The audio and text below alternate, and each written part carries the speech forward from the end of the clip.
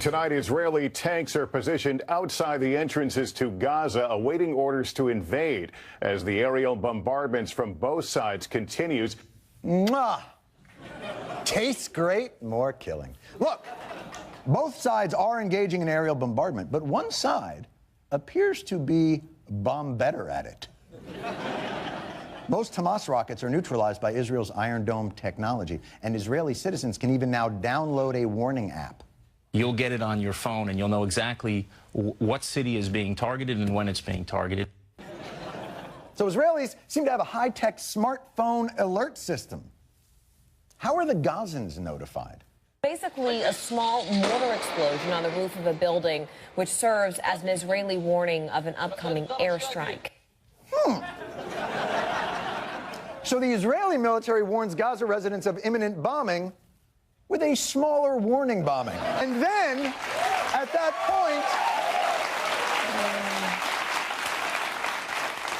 point, what are Gazans supposed to do? The Israeli military telephoned the neighbor to warn them to evacuate, but they only had 3 minutes. Evacuate to where? Have you seen Gaza? It's this, Israel blocked this border, Egypt blocked this border. Were they supposed to swim for it? Perhaps nothing sums up the asymmetrical nature of this conflict more than a quick check-in with the correspondents assigned to the respective beats. Tonight, we have the view from the ground on both sides, starting with Martin Fletcher in Tel Aviv. Look at this. The Gaza reporter looks like an extra from the Hurt Locker. While they're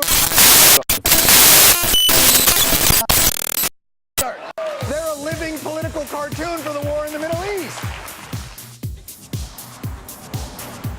Hi there, I'm Darren Howard. And I'm Robert Nisbet. Such a serious subject. It's nice to actually smile about it for a second, well, okay? he is the most trusted news source in America. I know. The guy's running a mockumentary show, and he's the most trusted news source. Of course, he's got it bang on with what's happening over there. Yeah. And over here. I mean, we so need Jon Stewart to come up to Canada, or somebody to start the Jon Stewart show in Canada. Hello, Rick Mercer. Where are you when we need you? Yes, I know. He's out getting a thing, you know, an award from the government. Right. Injecting humor into what's going on is something we're going to have to do. Did we introduce ourselves? We'll correct that omission. I'm Robert Nisbet. I'm Darren Howard. It's Video Radio. And, of course, Stephen Harper is stepping up to bat. He had this to say about what's going on over there in the Middle East. Prime Minister Stephen Harper is weighing in on the crisis in the Middle East. In a statement, Harper says indiscriminate rocket attacks from Gaza on Israel are terrorist acts for which there is no justification. He's also calling on the Palestinians to disarm Hamas. That, however, is not likely to happen. Today, the beleaguered Palestinian President Mahmoud Abbas appealed to the UN for help. It's doubtful that will stop the rockets, or, for that matter, Israel's crackdown. In the early hours, Gaza faced an onslaught of attacks from the air and from the sea, including a shoreline gun battle, as Israel mounted a brief incursion from the coast. Israel says it wants to stop this: militants lobbing rockets, striking at its civilians. The beleaguered Palestinian President Mahmoud Abbas has called on the United Nations to help protect Palestinians. But neither side is showing any sign of backing down, and as Israeli tanks and soldiers sit at Gaza's borders, the worry now is a wider ground offensive may be on its way. Mandy Clark, Global News, London. So, thank goodness we didn't have to actually listen to our communist leader speak. Oh, I'm sorry, our dictator speak. I'm sorry, the conservative leader speak. Well, you know, we do make a lot of money from selling weapons to Israel. Yes, we do. We've moved up from the 13th to the 12th world provider of weapons, which is kind of embarrassing, but then again, so is John Baird. Of course, it's come out recently that Israel is using weapons that are banned by the Human Rights Council of the United Nations. So right after this break, we're going to run that clip. So please stay tuned. We'll be right back after this commercial message. you always in trouble at work and stuck for a good excuse? You need the Harper misdirection method. Johnson! You said you were gonna clean up the office. What do I pay you for, Johnson? Watch this. Boss, I've decided to put my focus on helping the disadvantaged women and children of the world. Yeah, well, I guess I can't get mad at that, Johnson. See? It's that simple. With the Harper method, you can hide your ineptness with a series of surefire misdirections that will throw off even the toughest critic. Johnson! You said you'd have a new proposal that would help employees take care of their families. I was, boss, but then I thought we should get tough on people stealing office supplies. Oh, well, can't argue with that. And remember, your employer is easily distracted and loses focus when there are sporting events on. Johnson! Did you think you could schedule 22 days off for everybody without me noticing? Look, hockey. Where? The Harper misdirection method. So effective, you'll believe it yourself. So, thank you for a commercial break like that. Yeah. We're going to be mocking and abjectly mocking the Conservative government in an upcoming special because, of course, they've taken the summer off, sort of like they took last year off from any logical function. Well, it's all about politicking anyway. Yes. Israel, taking a look at some of the weapons that they're using. Israel is now using weapons against civilians that have been banned under international law. The weapons, called dense inert metal explosives or DIME, emit superheated microshrapnel designed to cause minimal structural damage yet impose severe wounds on its victims. Back in 2009, during Israel's siege on Gaza dubbed Operation Cast Lead, Norwegian doctor Eric Foss told The Independent that DIME victims he treated looked as though they had stepped on a mine. He went on to say, quote, "There was no shrapnel in their wound. Some had lost their legs. It looked as though they had been sliced off. I have been to war zones for 30 years, but I've never seen such injuries before." Now, if these reports are indeed true, it wouldn't be the first time Israel's used banned weaponry, considering its past deployment of white phosphorus. But you aren't hearing these inconvenient facts on the corporate-controlled press. Instead, the narrative being peddled is that Israel continues to rightly defend itself against rockets and is using precision-guided missiles against only, quote, Hamas targets. Hamas is the political party that was democratically elected in 2006 to govern the Gaza Strip and West Bank. Hamas's control means that almost everyone and everything in Gaza can be considered a Hamas affiliate. This unchallenged loose definition has enabled Israel's war architects to widen the definition of legitimate targets to include civilians and civilian infrastructure, including mosques, schools, hospitals, banks, electricity lines, and residential homes, all have been targeted. In the deadliest strike yet, Gaza's police headquarters was utterly demolished, and the home of Gaza's police chief was bombed, killing 18 members of his family. Palestinians in the West Bank and Gaza are living under brutal occupation, and there's no military solution to be had. As one Palestinian named Maha Mahana said, throughout this decades-long conflict, Israel has proven they can't win, and Palestinians have proven they can't lose. So it's sad to say that Israel is defying the UN resolutions. Yes, and they're using weapons that are banned. Unfortunately, we do not have a government that's willing to stand up against that. As a matter of fact, Israel has ignored every resolution presented by the UN, and we're going to start talking about it. Well, that's because they got their big brother, the U.S., in their corner. Now, let's talk about motivation for a second. You have to wonder what this is all about. Yes. What is it all about? Well, natural resources might be an answer. Check this out.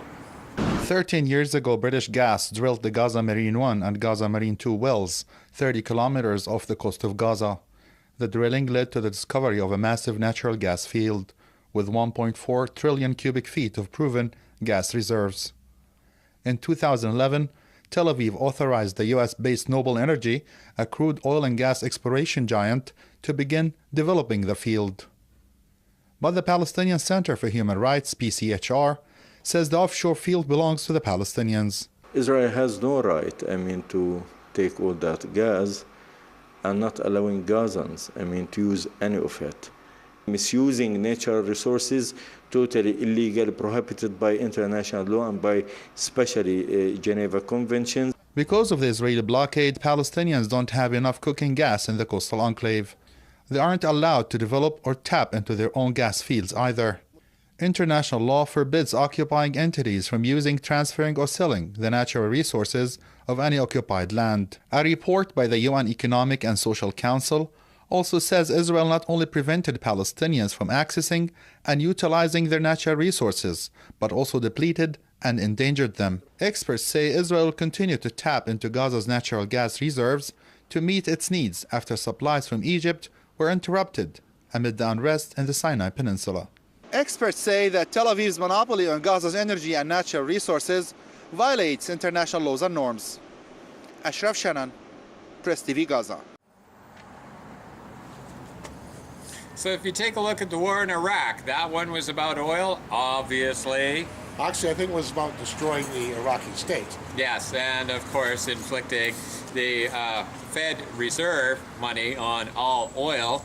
If you remember, they were starting to do negotiations at that point about not using Fed currency for oil trade. But when there's 1 trillion cubic feet of gas off the coast of Gaza, you have to wonder what the motivation is for the policies that Israel held towards it.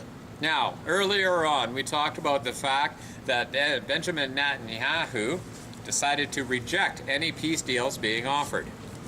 However, Egypt did try to broker a peace deal between Israel and the Palestinians. And of course, Hamas rejected it out of hand because it held nothing in it for them. So you take a look at this, you be the judge. Hamas has given its response to Israel's acceptance of a ceasefire, and it's not the answer Israel was hoping for. In a statement on its website, the militant group's armed wing called the plan a bowing initiative, adding it is not worth the ink that wrote it. Tuesday, Israel's security cabinet accepted a proposal drawn up by Egyptian negotiators. The truce would have involved a 12-hour ceasefire, followed by opening of Gaza's border passages and then formal talks in Cairo. Hamas's military wing says it wasn't consulted and the truce didn't meet its list of demands, which included lifting Israeli restrictions on travel and trade in Gaza and the release of 50 Hamas prisoners. Even though the group was under immense pressure from several Arab nations to agree to the deal, its rejection of the ceasefire didn't come as much of a surprise, especially considering how a Hamas spokesperson recently characterized the proposal. They are trying to do is to corner the Palestinians and to help the Israelis more. I don't believe that this is a political thing to be done. It's close to be a joke. From the beginning of these latest negotiations, observers were skeptical the Egyptian brokered ceasefire would work. Although Egypt brokered the ceasefire that ended the last outbreak of violence in 2012, this time around ties between Hamas and Cairo are strained. At home, Egypt's new president is trying to crush the Muslim Brotherhood, of which Hamas is considered an offshoot. According to Gaza's health ministry, at least 190 people have died in the Israeli airstrikes and more than 1,100 have been wounded. The UN estimates more than 70% of those casualties were civilians. There have been no reports of Israeli casualties. So that's taking a look at a deal that's not worth the paper it's being written on. And of course, the Israeli government will continue to punish the Palestinians because they're not going along with the status quo. Now you got to take a look at the checkpoints that are all around Gaza. The fact that poverty level wages are the only thing that Israel is operating, and the fact that they cut off the power, they cut off water, they cut off everything from food to money in order to subjugate a people that are already subjugated. And they're also subjecting them to what's called collective punishment. Now I seem to recall a regime, maybe in the 40s, that kind of used that method to subdue a population. And the parallels are disturbing. As we continue to cover the genocide over in Gaza inflicted by the Zionist government in Israel, I am Darren Howard. And I am Robert Nisman, and we'll be back to talk about what else is going on in the world while you've had your eye on the Middle East. Thanks for tuning in. We'll be back with more. Are you looking for a fun little car to get you around after you lose your job at the auto plant? Try the Kia Pogi, the Korean tariff-free import with its mocking horn. Made of sturdy, shredded VCRs, the Pogi is great on gas to get you to and from the unemployment office. Headlights standard on every model. An air freshener with Stephen Harper's picture, so you never forget whose free trade deal cost you your job. The Kia Pogi, the fun little car with the mocking horn. runs on the tears of laid-off auto workers, so you'll never run out of gas.